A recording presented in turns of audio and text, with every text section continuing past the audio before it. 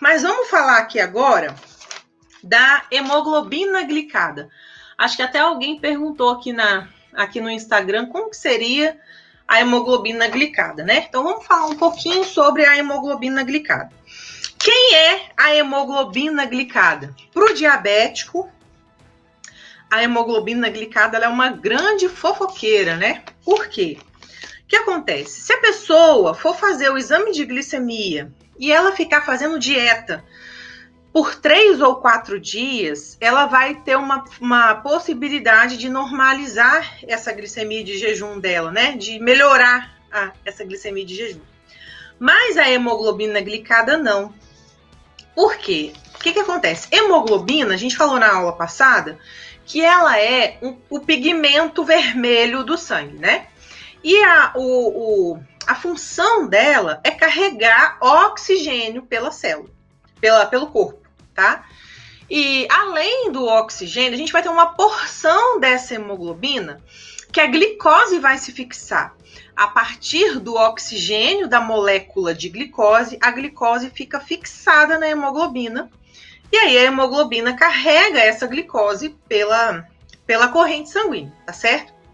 Então, hemoglobina glicada é a molécula de hemoglobina com a glicosezinha agarrada nela, que está sendo transportada pelo sangue. Entendeu? Qualquer medicamento que a gente for suspender, respondendo a pergunta ali da Elisângela, 3 dias antes a gente precisa suspender.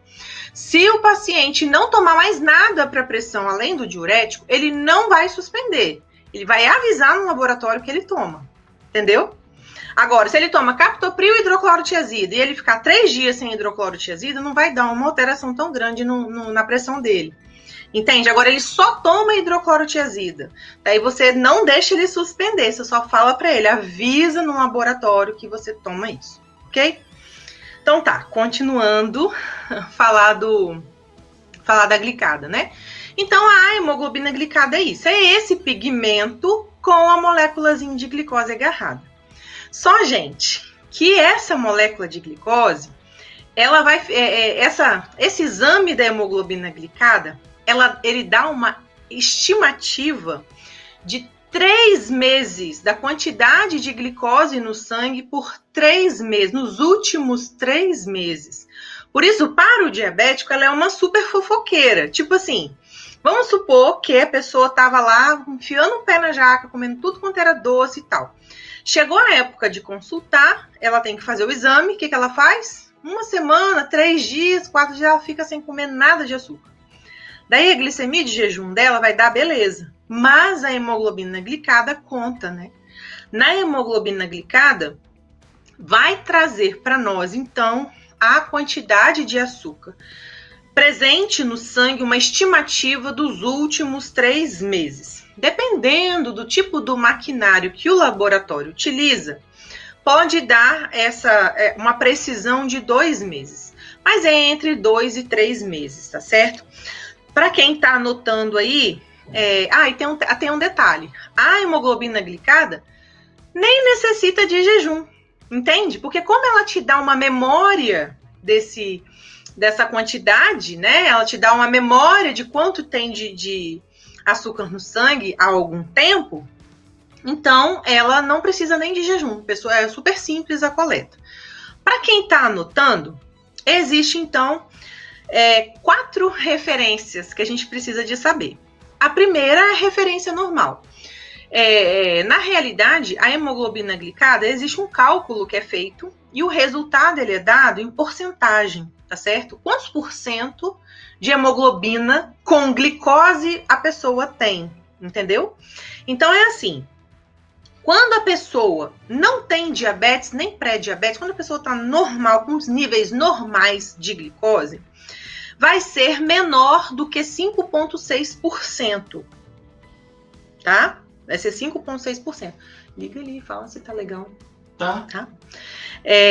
Agora, se a pessoa tá pré-diabética, como é que vai ser? Pré-diabético vai dar entre 5,7% e 6,4%.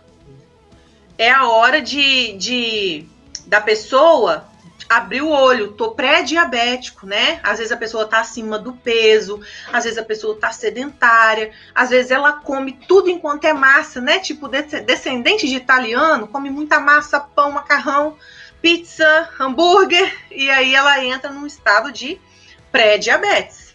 Aí vai ser então entre 5,7 e 6,4.